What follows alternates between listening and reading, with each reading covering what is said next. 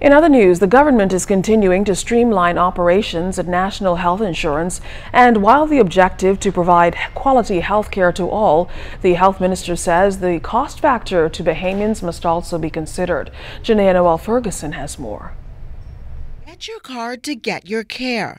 That was the theme of the National Health Insurance Scheme under the previous administration, implying that persons who registered for the program would not be required to pay at point of care for medical services that fell under primary care.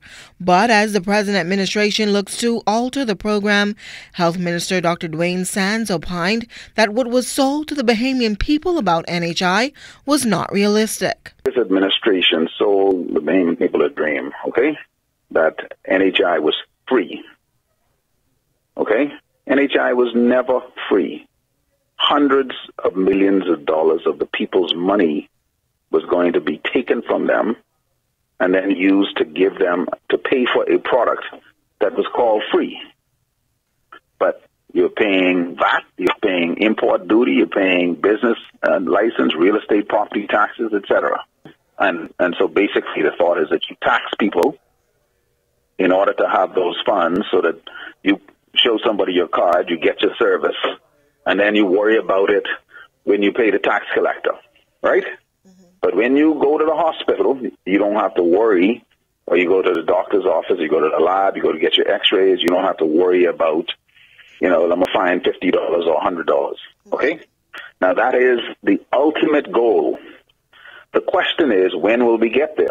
And while the increase will not be a direct tax, Sands said with $40 million allocated in this year's fiscal budget to fund NHI, all taxpayers will contribute to that bill, meaning an increase in the cost of health services overall. So every single Bahamian who pays taxes, a portion of those taxes would be set aside for the $40 million for NHI.